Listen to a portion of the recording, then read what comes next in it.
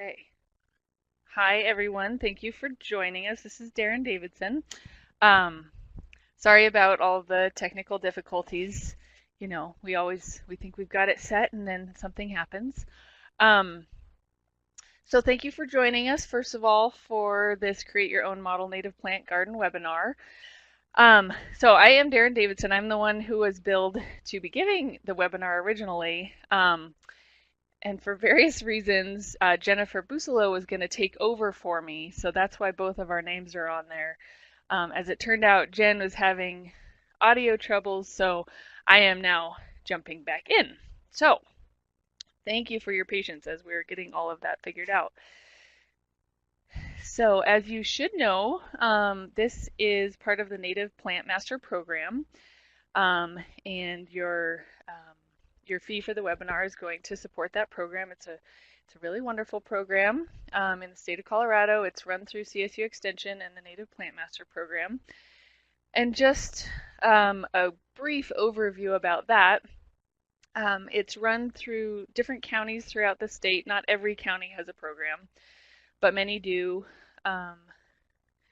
And we conduct summer field classes, and the idea is just to get people exposed to native plants of Colorado to see, what you might be seeing when you're out on a trail, or if you're wanting to landscape with native plants and that sort of thing. So you can see here, if you want to find a program that's in your county, you can go to that website. And then we also have the Colorado Native Plant Database if you're ever wanting to look up any plants. It's a really great resource for that. And as I move through the presentation, there are lots of pictures of native plants, like this one. And most of them will have labels. So in case you're curious what it is, it's labeled, and you can just look at that rather than me having to list everyone. But I am going to go through a lot of plants. Sort of the outline of what we're going to do is what is a native plant and why do we want to use them in our landscapes. We're going to talk a little bit about what our ecoregion is. Design tips to keep in mind. So we're going to cover some things a bit more than just plants to include, but some design tips to keep in mind while you're creating your garden. Then we're going to discuss some good native plant combinations, go through a sample design. And part of the sample design is something that we're highlighting in this webinar, and that is this February at the Landscaping with Colorado Native Plants Conference, we rolled out a project that several of us had been working on. We have 5 booklets. We've divided the state into 5 different regions. We've created plant lists and design ideas and sample designs for those 5 different regions. And so we want everyone to know about those. You can find them on the Colorado Native Plant Society website, and then you can also find them at this link here at the CSU Extension website. If you navigate to that, go to Publications, and then I believe it's in a couple of different spots, but over on the right there's a column that says Native Plant Guides, and you can find PDFs there. So there's one for the Front Range. That's what we're going to be focusing on today. But like I said, we have the state divided into 5 different regions. So kind of a fun resource for people to take a look at and take advantage of. And so that's what the sample design that we're going to cover is for today. Then we'll talk about finishing touches for your garden. And then if we have time, we'll do questions and answer. Since we're getting a little bit of a late start, I might have to zip through some things a little faster. But hopefully we'll have some time for Q&A at the end.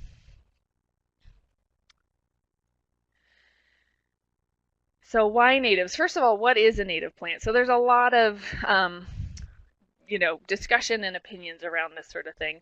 And there are a few different definitions, but one is plants that were here before before settlers came in and started introducing other plants to the plant palette.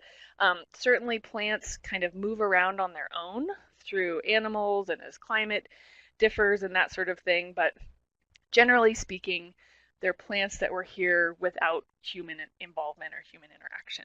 So if we look at, excuse me, if we look at why we want to start incorporating natives into the landscape, well, we're working sort of with nature, and that means we're going to be using fewer resources. So, a huge percentage of municipal fresh water, that we use to drink and bathe and that sort of thing, is actually being put on the landscape for non-potable uses in the US. And that's a huge amount of water. And as we all know, especially here on the Front Range, water is a really valuable resource and it's getting more and more scarce. So it's not to say that natives don't use water, but they potentially use less. And you can certainly create your garden to use less potable water. So it's good resource use. They're going to generally use just fewer inputs in general, so less fertilizer, that sort of thing. And then also, if you're interested in wildlife or pollinator habitat gardening, most of our native pollinators are going to be more attracted to native plants. And I definitely always throw in, if you build it, they will come, because it's amazing.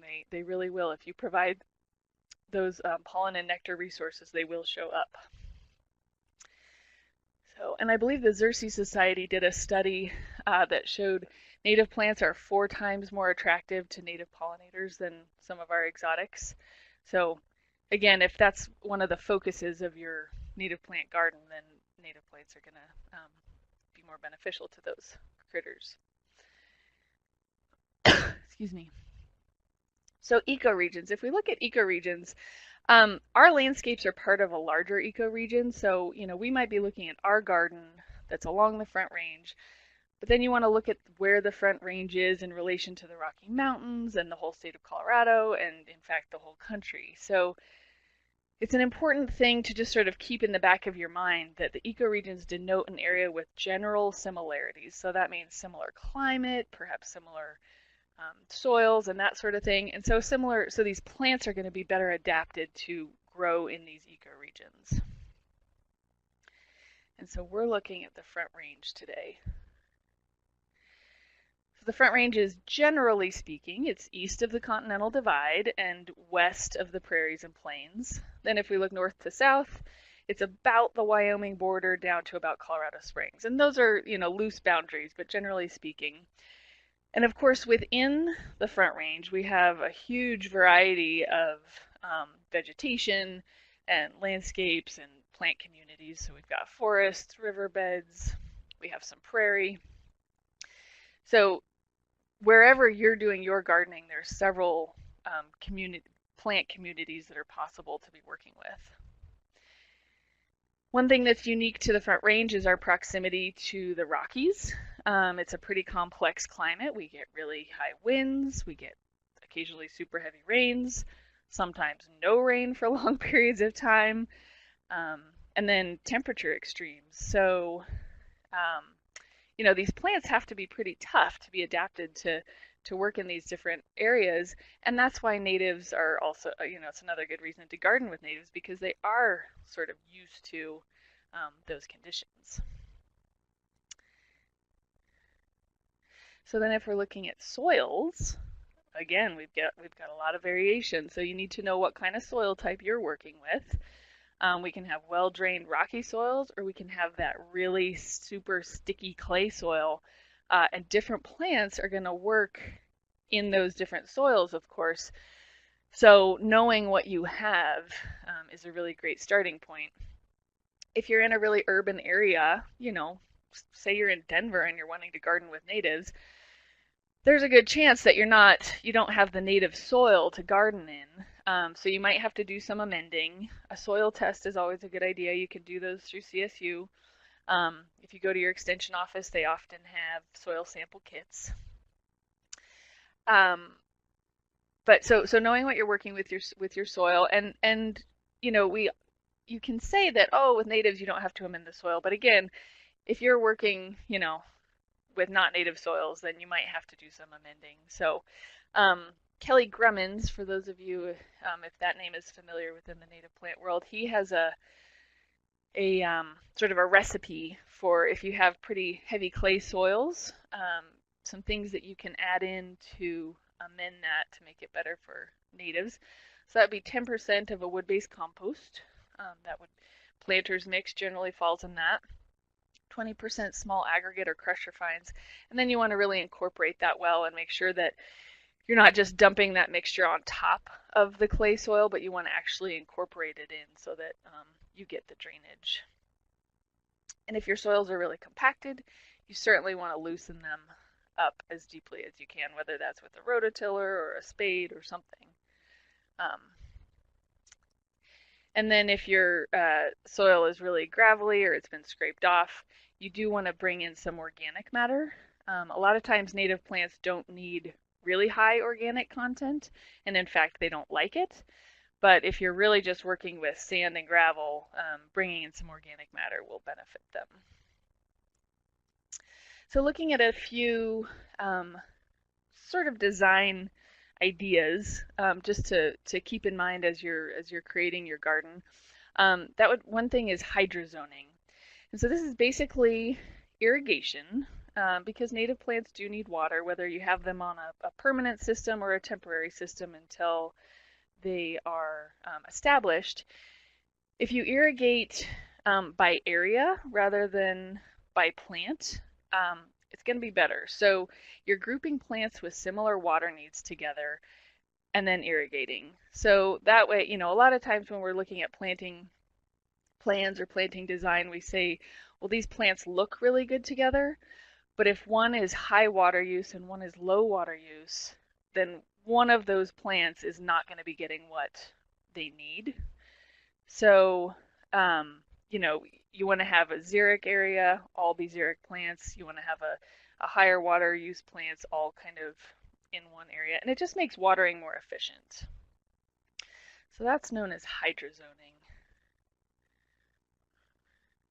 Then microclimates is something that's really important to pay attention to. And so, microclimates are basically your yard, your area has different little microclimates throughout based on what else is in the area. So if you group plants in that have similar needs, again, as far as sun and shade requirements, then you can utilize these microclimates. And something to keep in mind is that if you create your design to sort of have layers of plants, then you're going to create a microclimate. So if you see in this little graphic here, this plant here is providing some shade here for these larger ones, and this is actually providing some shade for here. So it's not necessarily going to totally shade out, and the vegetation is going to be in dark shade, but it can keep the soil cooler, therefore the root zone more cool, that sort of thing. And microclimates are created by berms, rocks, your home. The east side of your house is going to have a totally different climate than the west side. So just thinking about those things as you're deciding where to place your garden, and also what plants you're going to choose. And so you can simply use your existing home, your existing structure, as the thing that is creating microclimates, but you can also intentionally create them. So you see in this rock garden right here, even just having these rocks here, the microclimate on this side is going to be much different than on this side. This side, and I'm just assuming based on where the shadow is, this side is going to be a little bit cooler. It's going to hold a little bit more moisture than this front side. So all these little things you can be thinking about.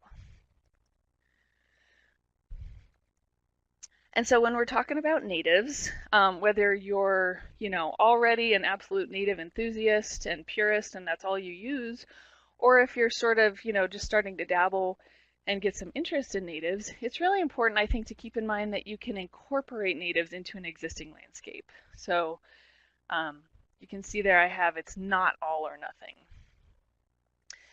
Natives, you still want to keep in mind the hydrozoning and the microclimates, but you can have introduced ornamentals right next to natives, and they can work really well together. So Um, just keep that in mind.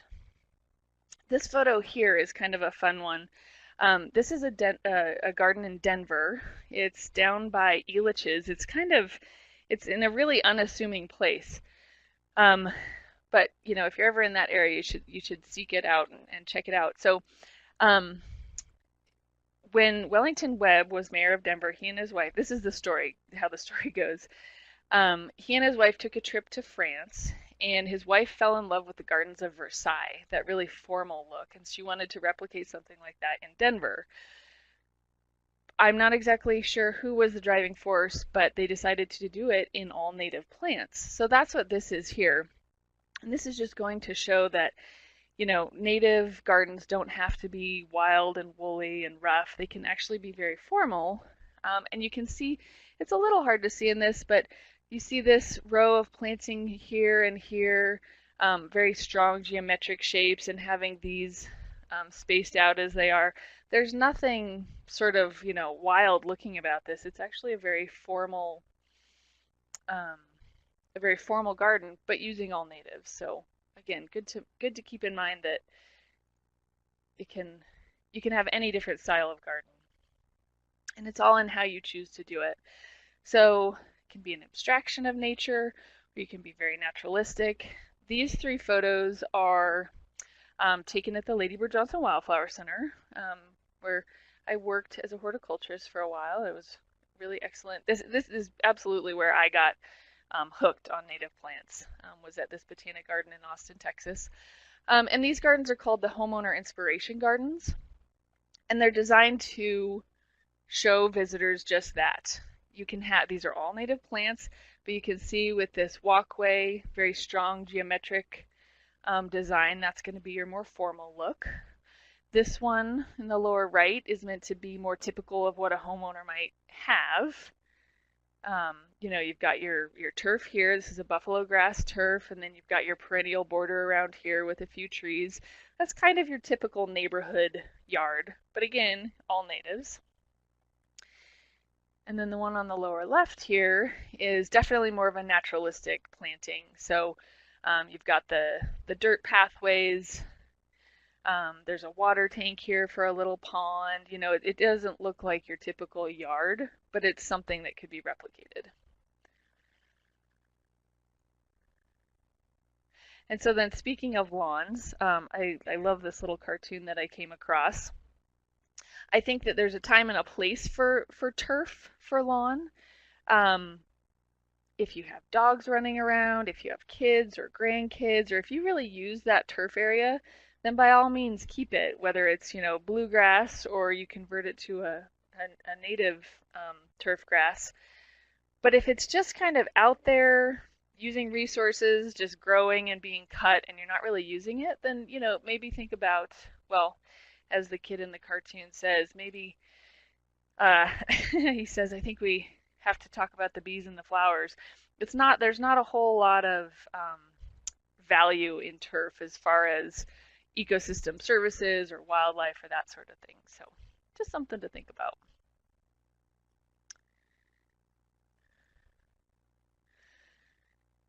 So if you do want to convert your lawn, there are a couple different ways to do it. You can go, whole hog and just rip your whole bluegrass lawn out and convert it. But what I always recommend is starting small. It might not take, you might not like it, so just do sort of a little test patch. See if it works, see how it works, and then you can sort of expand it out. Because you want to be set up for success. And in all gardening and design, and particularly with natives, I really stress that, you want to be successful in anything that you do. But because then you'll enjoy it more, and then it'll be more fun for you. And if you do too much all at once, it can be overwhelming. And if it doesn't work, then you get sort of turned off. So you definitely want to set yourself up for success. Is my audio working okay? Is everything going smoothly? Yeah, you're fine. It's just other people that are having issues. Okay, thank you. So then another lawn alternative, of course, if you do decide to get rid of your lawn altogether, you don't have to replace it with more grass. Um, you can lay flagstone patio, increase the size of your annual and perennial beds. This is a photo of flagstone patio with pussy toes, Antonaria parvifolia, kind of tucked in between. Often you'll see people put things like thyme in between flagstone patios. That's a nice look too, but if you're wanting to do natives, pussy toes is a great alternative there. And then if you're looking at your planting plan, plants can do a lot more than just, you know, be aesthetic. So really think about what you're trying to accomplish with your plants and with your planting plan. And we're going to jump into a whole bunch of different plants in just a little bit. But seasonal interest. So this is a really important thing, not only for you, you know, it's you want your garden to be blooming and looking good as long as possible, but also for pollinators and wildlife. So if you can be thinking about your plant combinations and choices, include things that bloom early, as early in the spring as possible, all the way through into the late summer and early fall. And I don't mean one plant that does that, but you have different species that overlap in bloom time. It's also going to add more interest to your garden, you know, so it's not necessarily just flowers. You can see, where'd my arrow go? You can see here in winter, these native grasses provide really beautiful winter interest with their structure and their color. They give good texture to your garden. Also, when you're thinking about your planting plan, again, can't stress it enough, look at your water needs. Are you trying to go totally xeric? Do you have some plants that you absolutely love, even though they're higher water use? Well, if you're, you know, if you really love them and they make you really happy, then by all means use them, include them. Just, you know, just know that they're going to take more water. And maybe you put those closer to the house because it's easier to water things that are closer to the house. Of course, think about exposure, so that's sun, shade, that sort of thing. Think about how large they're going to get. You always want to look at the mature size when you're looking at plant tags or online. Because so often we see people plant things way too close together, and then that creates all kinds of problems. It restricts airflow, then diseases and that sort of thing can come in. So make sure you're paying attention to mature size. And then I think one thing that often gets overlooked with planting plans and plant choices is the function of the plants. So they can block noise, they can create nice sound, leaves rustling in trees, grasses blowing in the wind. That might be something you want to incorporate. They can screen views if you're trying to block, you know, a neighbor's yard or the driveway or something like that. And then also they're a food source. They can potentially be a food source for you, but I'm more referring to wildlife, that sort of thing. Birds, pollinators, all different things can utilize seeds and things over the winter. And then really look at the structure of the plant. So is it long and leggy? Is it bushy with wide leaves?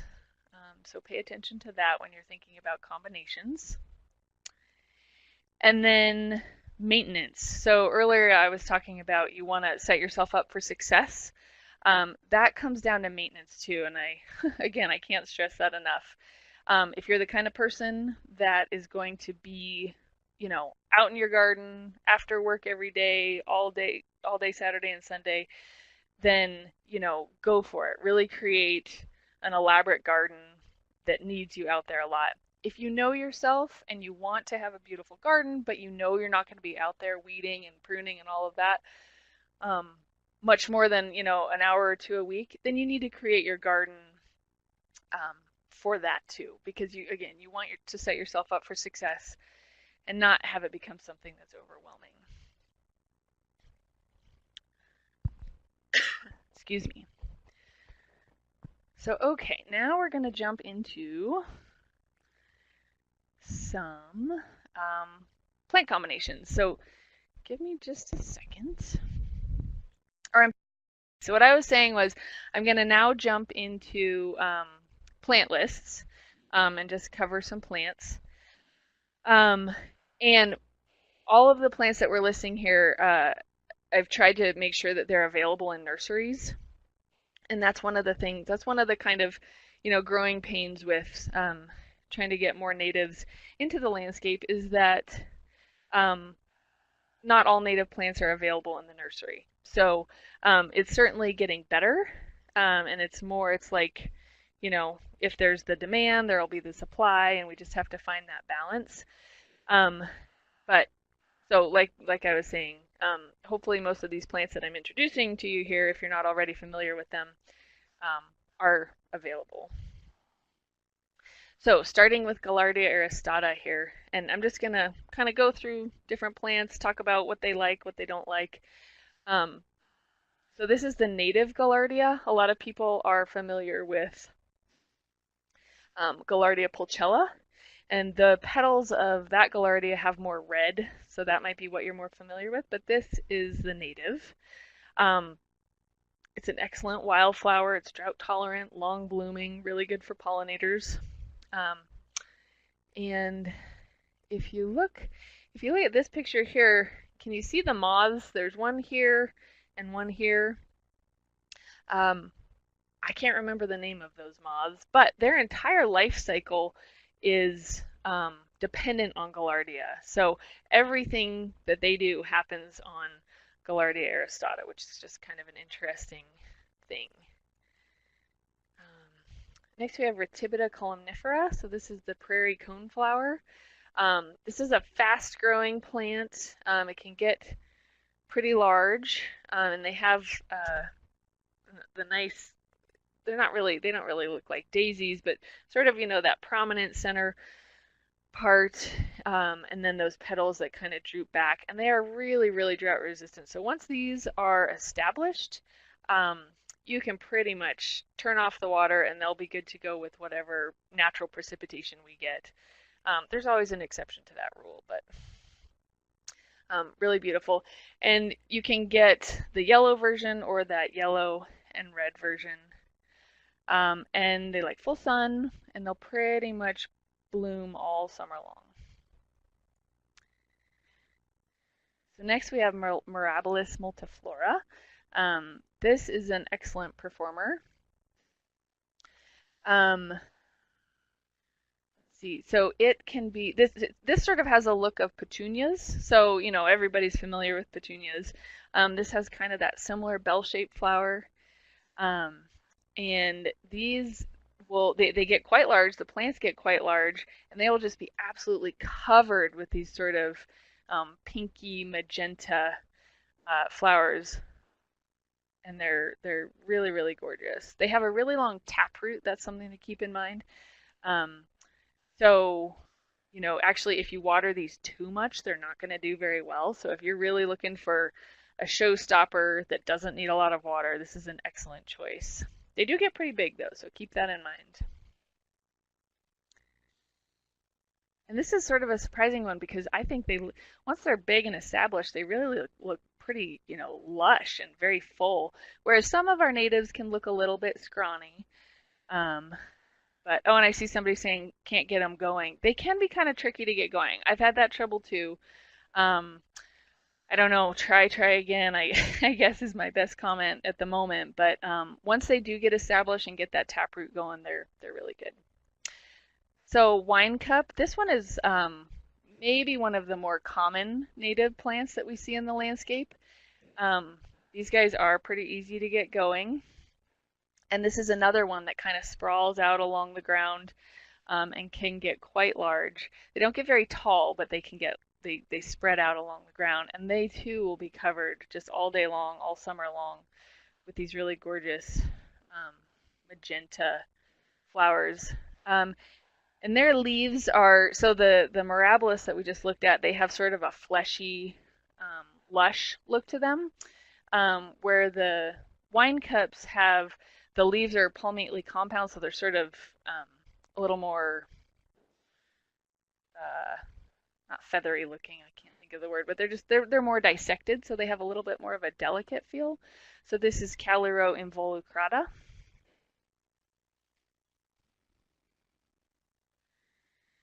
Next we have Sphaeralcia coccinea, or globe mallow. Um, if you can get these established, they are tough as nails. And I really like this one because the petals are orange and they're truly, truly orange, which is not really a very common flower color. We have lots of the pinks and reds and blues and purples, but this is truly, truly orange. And like I said, tough as nails. It's native here and down in the Southwest. I used to live in Tucson, Arizona, and I would see this just coming out of, cracks in the sidewalk and really tough spots. And one thing that's sort of fun about this is often you'll see bees pollinating this plant. And if they're in there the right time of day, the flowers will kind of close up at night, and bees will often sleep in there. And whenever I see it, I always think it's sort of like a little bee in a sleeping bag, and it's just awfully cute. So this one is also called, another common name for this one is Cowboy's Delight.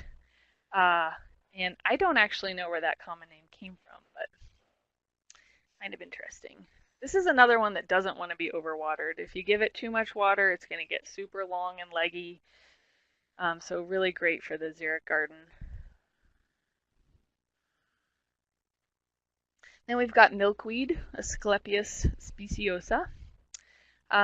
So this one, I think people are becoming more and more aware of Asclepias species because of monarchs and their need for milkweed. So there are a couple different species, but this one is speciosa. It's showy milkweed. It likes sun. This one likes a little bit more water. So if you kind of have a low spot in your yard or you're creating a rain garden, this can be a good plant for that.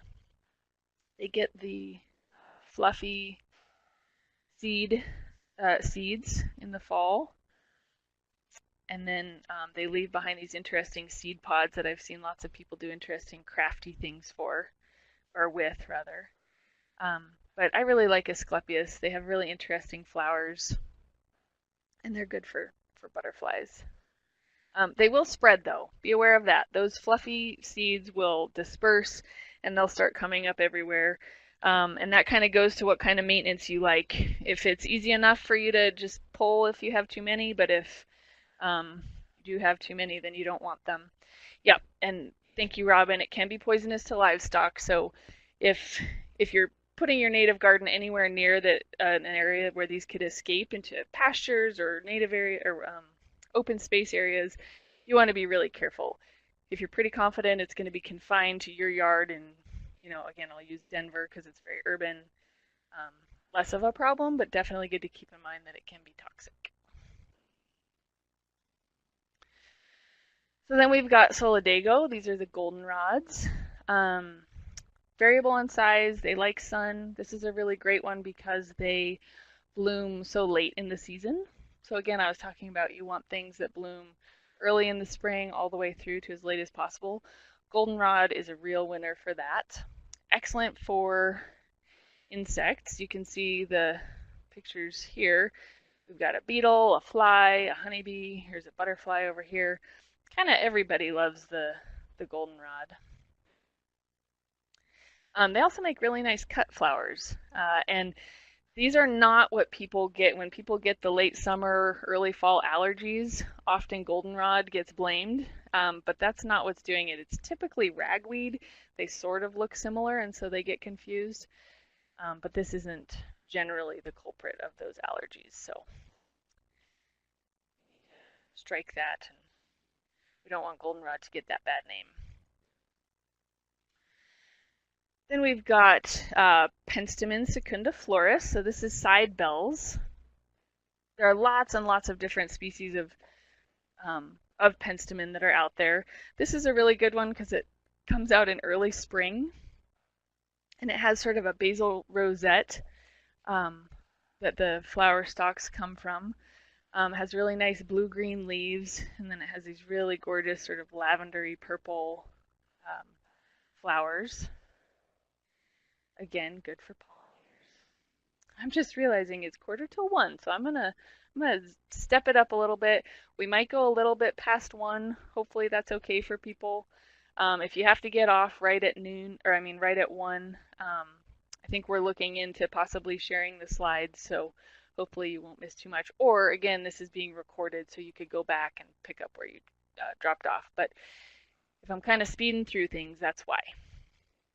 So then we've got Liatris punctata. This is gay feather or blazing star. Um, this is a good mid to late summer bloomer. So again, um, the it's coming in later in the season, and it's also a really good purple color when it seems like a lot of plants later in the season, sort of mid to late summer, are oranges, yellows, and reds, and so it's really nice to get that complementary purple color. Just something to think about with, when you're thinking sort of design-wise, what colors you want to go together. And they have that nice spike form, which is a little bit different than most things. Then a few shrubs. We've got Ribes aureum. This is golden currant. I really love this one. It's a good, it's sort of medium. It can get fairly large shrub. It has these bright yellow flowers that come out in the spring. So it's fun to get that pop of color early in the spring. If you are going to prune it, you don't want to prune it until after the flowers have bloomed because they bloom on the previous year's growth. So you don't want to come in early spring before it's bloomed and mulch. And then prune because you're going to cut off all the flowers. So you want to time that right. And then in the fall, it gets some red color, which is nice. You'll generally see this with a little bit of shade, but it can handle some sun, especially if you're giving it some extra water. And then the berries are edible too. Then we've got Falugia paradoxa, Apache plume, another shrub that's good. It's got pretty little white flowers, and then it has the really interesting seed heads. This is a good one for all 4 seasons. It comes out with a flush of green in the spring. It has pretty white flowers. It's got the seed heads. It's nice in the winter.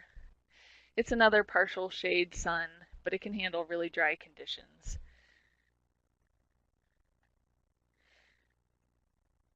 And then talking about a couple of grasses, Boulder gracilis, blue grama.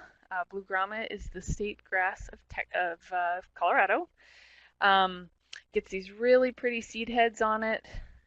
I have some right now that just is covered in these pretty seed heads. And you can see the picture on the left with the sun shining through it. It's absolutely gorgeous.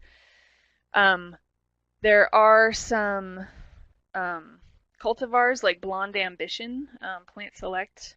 I believe Blonde Ambition is a Plant Select plant.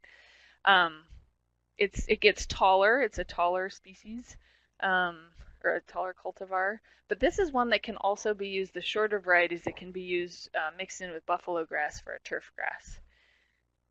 So then we've got Schizochyrium. That's how I pronounce it. Some people pronounce it differently. Scoparium. This is little blue stem. This is one of my all-time favorite grasses.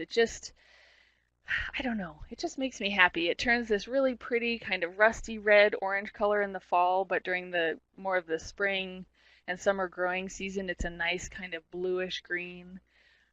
It grows fairly upright, as you can see in the picture on the right. And it's pretty easy to get established. It likes sun. It can get really dry. It's one of those that during dry seasons, it might look a little bit wimpy, but if we get more moisture the next season, it's just going to come back and be big and full. And then just a few trees. So we've got Juniperus scopulorum on the left, the Rocky Mountain juniper. You can see this is from that very formal garden in Denver. Planted out here, they have that nice blue-green foliage. And then blue spruce is something that you can incorporate into your garden. State tree of Colorado.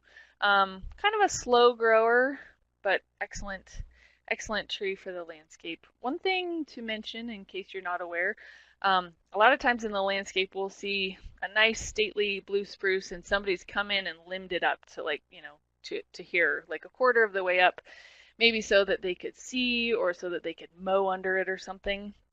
Blue spruce do not like to be limbed up like that. It's not their natural habit, and in fact, it doesn't happen a lot, but one thing that can happen, some of these big winds that we get, if conditions are just right and the tree's in just the right spot, a wind can actually come up and under those branches and lift the tree out. Because the branches and the needles are so dense, it can actually act sort of as a sail and pull that tree out. So you don't want to mess with the habit of it if possible. So don't limb up your spruces if you can avoid it. Okay, so now we're going to move on quickly to the sort of design and the sample design from the booklet. So when you're thinking about how you want to create your planting plan and your design, you want to plant in layers. And so that is just sort of replicating nature. So, you know, if you think about it, you've got the understory, midstory, and then canopy of trees. So you want to establish your structure with your trees and shrubs. So it's sort of the bones of your garden. They're going to stay for the longest amount of time. They're more long-lived than our perennials and annuals, of course. So really look at your trees and shrubs as the skeleton. Then you add your perennials, grasses, and ground covers. And then as far as design goes, it's best to plant in odd numbers, so groups of 3, 5, 7, etc. It's just more attractive to our eye, design-wise, whether you're talking about, you know, any art form generally, or any design media, you're typically going to be doing things in odd numbers. And then, of course, with your planting palette, you want to pay attention to bloom time. So here's the cover of the regional booklet for the Front Range and Foothills, again, that you can get on the CSU Extension website or on the Colorado Native Plant Society website. And here's one of the designs. So each booklet has 2 different designs, and the idea is, you know, just to give you some ideas for plant combinations and that sort of thing, or if you're completely starting from scratch and know nothing, you can, you know, take this to a native plant nursery and say, hey, I need these, and then just go install them, and sort of a ready-made design. So for this corner bed, we have sort of, where's my arrow? In the back here is our largest plant. So this is a Morpha canescens. This is lead plant. Blooms late in the summer. It's blooming kind of nowish. It gets these really pretty purple spikes that have, and the pollen is kind of a bright orange. So those 2 colors contrast really nicely, and it's really beautiful. Really good for, again, for pollinators. It is a nitrogen fixing native shrub, so that's good for your soil and for the other plants around it. You can prune this one to keep the shape. If you are going to prune, you want to do it kind of late winter to early spring. And I believe this one sends down a taproot, although I'm not positive about that. If anybody knows, they can certainly chime in. Somebody's saying lead plant is the last to leaf out. Yeah, right. Wait, don't give up on it. It's just slower to wake up. We have another native grass, Boutelua curtipendula. So this is side oats grama. This is a great plant. Good for summer, fall, and winter. It provides nice interest. It can be really quite dry. Most of these plants that I'm going to cover in this are pretty xeric, pretty low water use. Oh, thank you, Jen. Jen just put the link for the native plant, or for these booklets, up on the comment section if you want to check it out yourself. So you can see we've got grouping of 3 on either side here. Not an exact mirror image, but just bringing some of the grass interest to both sides. Then we've got Berlandiera lyrata. This is chocolate flower. This is one of my favorites because it's pretty, but it also truly smells like chocolate, which is pretty amazing. So when the flowers open in the summer, in the morning as the sun starts to warm them up, and you go take a whiff, it smells like a Hershey bar. It's pretty crazy. But plus they're also really pretty. They're kind of a cheery, fun plant. I'd call it sort of informal. They get kind of floppy, but they're really great, and they bloom for a long time. Early summer, and they'll keep blooming almost up till frost. Also very drought tolerant. Once it's established, you can often get away without giving it much supplemental water. And it does provide um, seeds for birds. It's a good food source for birds. Next, we've got Artemisia ludoviciana, or prairie sage. So this one isn't so much for the blooms or the flowers, because the flowers are inconspicuous, but it bringing in that nice gray foliage provides good interest and some nice contrast. Um, it's not we're not just waiting for the one time that it does its big beautiful bloom. It's really gorgeous throughout the season. Also very drought tolerant. Then we've got Achillea millefolium, or yarrow. There are lots of different kinds of yarrow. You can find cultivars in red and purple and all kinds of colors. Um, on the design here, it's represented in yellow, but this species is white. Great for butterflies. Has the big sort of nice sturdy landing pad flowers. And it also has a really nice kind of ferny, soft foliage, which is pretty and gives good contrast to some of these other plants that have different foliage type. The leaves are quite aromatic if you kind of smash them up. And you can use the flowers for dried arrangements. They do well for decorations, wreaths, dried things. And they can handle quite a few different types of soil, which is nice, and also need very little water. Then we've got Eriogonum umbulatum, sulfur flower. This is in the buckwheat family. This is a great little plant, really bright, sort of sulfury yellow flowers. It's kind of a tight little plant that you often see in rock gardens, but it's nice to incorporate in with other perennial beds. And the flowers will kind of, they'll grow a couple inches up above that tight little mound of leaves, and give a really nice bright pop of color to your garden. Also good for particularly butterflies. We got Dahlia purpurea, purple prairie clover. This one can be, in my experience, a little bit tricky to get established, but once it is, it's just absolutely beautiful. It's very, very delicate. Um, they grow on these long, slender stalks, and the leaves are really tiny and fine. And I just think the flowers are just so sweet and very, very, very pretty. It's not a true clover, although it's called purple prairie clover. Um, but you can often see this if you're sort of driving out east in getting more into the plains areas, and actually up in some elevation areas. You'll see these blooming, and it's a really bright pop of nice lavender color. So now we have Antenaria parvifolia. This is pussy toes. This was the example that I used that you can put in between flagstone pavers. But it's also nice to have sort of in the front area of a garden. Nice little ground cover here. You can see it forms this kind of mat, and then it has these sweet little sort of pinky white flowers that are teeny tiny. What I've heard is that people think they resemble kitten toes, so that's the little pink pads on kittens. So that's why they're called pussy toes.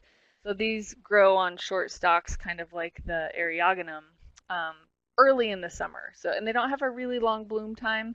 So, you can be using them for the flowers, but also just for this nice gray foliage. And you can see this gray foliage down in front here and here is gonna, also sort of pull out the gray in the Artemisia. And they'll kind of work together nicely. Also very drought tolerant. Then we've got Linum lewisii. This is blue flax. This one is pretty common. I see this a lot in people's landscapes. There are cultivars, but you can also just get the straight species. This has a really, really delicate kind of fine, sort of like the purple prairie clover, really fine foliage, flowers on top of really delicate stalks, and they just have these really pretty delicate blue petals.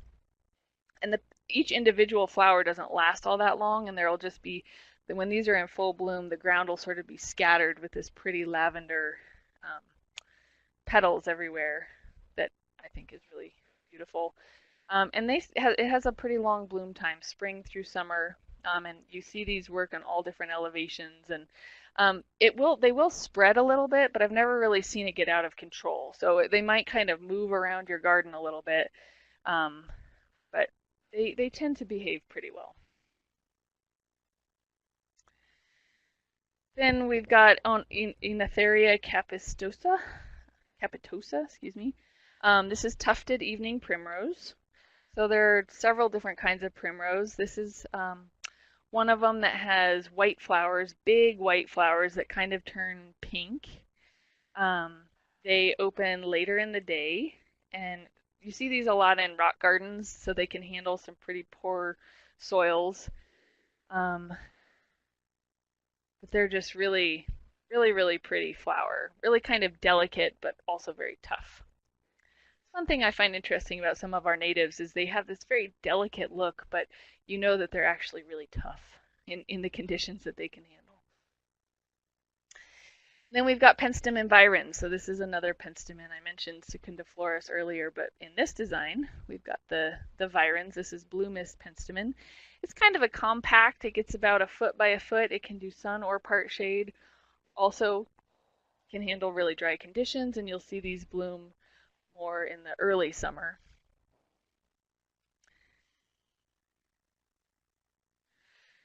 So that is that design. And again, if you go to that link and you check out the design and sort of deconstruct it in your mind, you'll see the various sizes and shapes of things. Having different flower structures next to each other to provide some interest, so it doesn't all start to sort of look the same. So that's kind of where you get in with the design of the planting palette. So just a few plant combinations that look good together. Some of this is part of the design, but also just, for if you're creating your own and not using the sample designs, just some combinations that do well together. So we have the sulfur flower, the eriogonum, and the artemisia look really good together. Then we've got the penstemon strictus, that's Rocky Mountain penstemon, so the purple color here and in the back. Then we've got Hymenopsis, this yellow flower. And then we have a few trees in there, Abies concolor, it's a cultivar, so a white fir, and then Pinus aristata, the bristlecone pine. And you'll see, again, when you're talking about plant combinations and colors, if you do complementary colors, so on the color wheel, colors that are on opposite sides of the color wheel from each other, blue and yellow are complementary, red and green are complementary, that sort of thing. So these yellow and blue combinations you'll see often in nature a lot on, it's just how they just grow well together, as it turns out. But it looks really nice. Here's another one, Rudbeckia hirta and penstemon. So this is black or brown-eyed Susan with a penstemon. You can see, again, totally different flower types, right? This is the ray and disc flowers, and then the penstemon sort of more bell-shaped flowers. It's nice to have that textural and structural difference. And these are some that we talked about. Here's that mirabilis, the desert 4 o'clock. Here's a different Oenothera primrose. I talked about the capitosa, sorry, but this is macrocarpa, so it's got big yellow flowers, and then mixed in with a grass, with the Indian rice grass. It's a nice combination. And then often I get questions about, well, what if I want more than one grass? How do I combine those? Will they just get lost with each other? But if you choose correctly, the different grasses are going to they have very different looks. So you can see this with the larger seed heads. This is the Boulder gracilis, blue grama, next to that schizochirium that I mentioned that has these little tiny seed tufts and has that really nice rusty orange color. So two grasses that look totally different, um, and they can really complement next to each other. We've got Ratibida. That's the coneflower mixed in with Artemisia frigida. So this is a different sage. This is fringed sage. The other one we were looking at was prairie sage. So this has much more soft foliage. The leaves are more finely dissected. And I think this is the last one. So here we've got the Gaillardia. We started out with that, Gaillardia aristata, very, sort of your quintessential wildflower look. And then again, we've got the Mirabilis multiflora. You can see how it's covered with those magenta flowers. And then up in here is Linus lewisii, the blue flax. So really nice color combinations, different flower structures, different leaf structures. I don't have them listed, but this is one of the sages back here. I think this is one of the Tradescantias, spiderwort. Some other grasses mixed in. Nice combinations. For those of you who are watching the clock, it's about 5 after 1, but I'm closing in on it. I'm getting there. So finishing touches. Okay, so you've sort of figured out the size and shape of your garden. You've thought about your plant choices. You've got those picked out. Have everything planted. Then you want to really think about what sort of finishes it off. And mulch is a really important thing to think about. So there are all these different kinds of things that you can use for mulch. Generally speaking, in a native plant garden, you're either going to use a wood mulch or a gravel and inorganic mulch. So mulch is going to help with soil compaction. It's going to reduce that. It's also going to hold some moisture down in there. One thing, if you use a bark or pole shaving type mulch in a native garden, you want to make sure that you have the right plants, because with a lot of native plants, if you're holding too much moisture around them, they're going to rot out and they're not going to do well. So you definitely want to pay attention to that. It will work fine for some of them though. But often you'll see this kind of native plant garden. This is at Kendrick Lake. They have these really big, beautiful berm rock gardens. Definitely worth a trip if you haven't been there. I can't think of exactly where it is, but sort of the outskirts of Denver. But you can see this gravel mulch is being used. So you can use squeegee, pea gravel, larger rocks. You can do any combination of things. But this is going to still keep some moisture in the ground. It's going to help with some soil compaction, but it's not going to have bark, right up next to the plant. Where it might kind of rot the plant out. Oh, thank you. Somebody said, yeah, so it's on Jewel, east of Kipling. Really great place to go look at different options and examples of native plantings. It's not strictly native, but it's a lot of natives. So anyway, mulch is a really easy and important sort of finishing touch on any garden really, but natives too. And so then just to finish up with the whole thinking about and talking about natives and why we want to use natives. So there are all the cultural, they can handle our conditions, they can handle our shape, our soils, that sort of thing. But also something that I think is really important is the genius loci, and this means the spirit of place or a location's distinctive atmosphere. So we live in Colorado.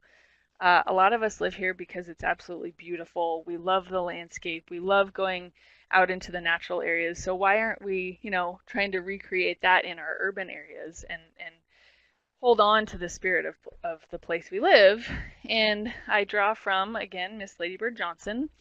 One of her most famous quotes was, "Wherever I go in America, I like it when the land speaks its own language in its own regional accent." So that would be sort of getting to the ecoregions. Texas should look like Texas and Mississippi like Mississippi. And we can certainly say we want Colorado to look like Colorado. So that's sort of that is another reason to be working with natives, besides the ecological reasons that we have listed. And so with that, we zipped through it. Thank you very much to everybody who participated. Thank you for your patience. We had those glitches in the beginning. It is 10 after 1. If any questions come in, Jen, thank you for, I saw you were answering some questions as they were rolling in. I can try to answer a few for a couple of minutes. And Jen, you can jump in at any time. So you are welcome. Hope everyone enjoyed. And thank you for signing up for it and supporting the Native Plant Master Program, everybody.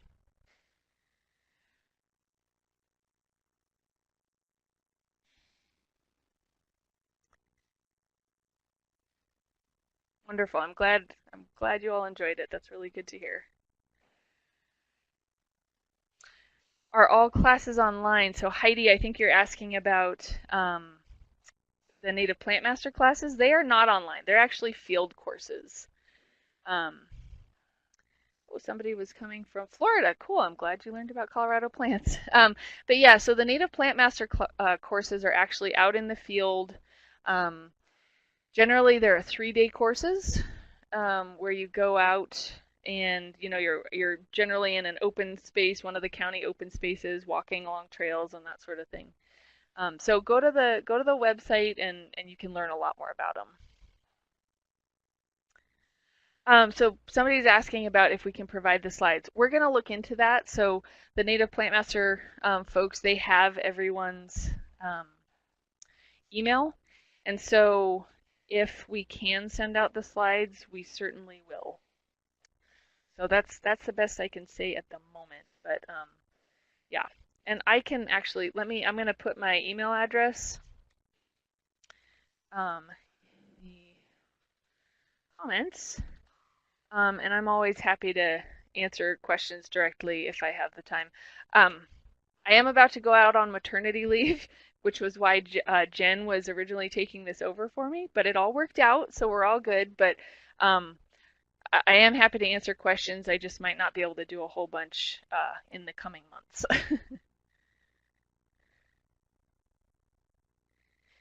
Any other favorite demonstration gardens? So Denver Botanic Garden has some good demo gardens. If you go to Plant Select, if you go to their website, they're not strictly native plant gardens, but they definitely incorporate some natives, and there are, they are, at the very least, they are demonstration gardens, and so it's, really good to be able to see what they're doing with their plants and their gardens. And there's a map on their website, and you can find a garden that's in your area. Thank you, Jen. It's fine.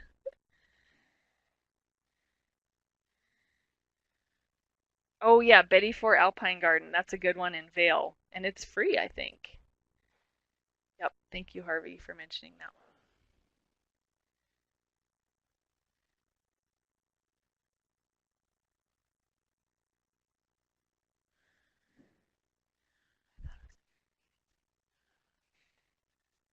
Elevation differences in the ecosystem. Thanks, Robin. I appreciate it. So Andrea, yeah, you certainly need to look at elevation. You always have to look at your site specifically, um, whether it's soils, elevation, all of the different things that go into an ecosystem, all the different factors. So you're right, I didn't mention that. But you do need to always, each site is specific. They can be right next door to each other, or they can be miles and miles apart. But you do need to pay attention to all of that. And not all plants will work at all these different at different elevations. So yes, most of the plants will be hardy to about that high.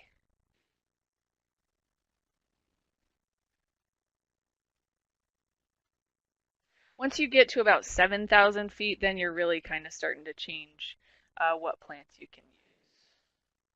And in fact, with the so we say in the native plant booklet, we say um, Front Range and foothills, and then the next one of the other booklets is 7,500 feet and above.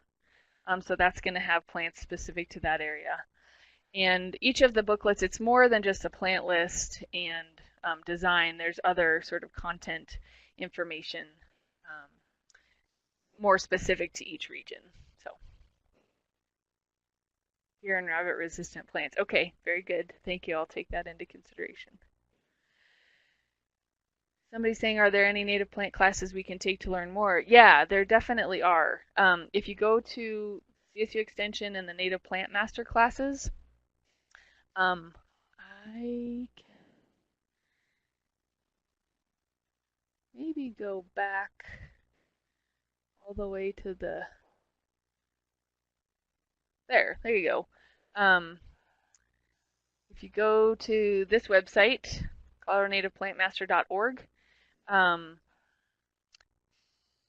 that'll have a list of you can find your county and see if your county actually offers the program, and if they don't, look for neighboring counties. And they're generally over in the, I mean they're generally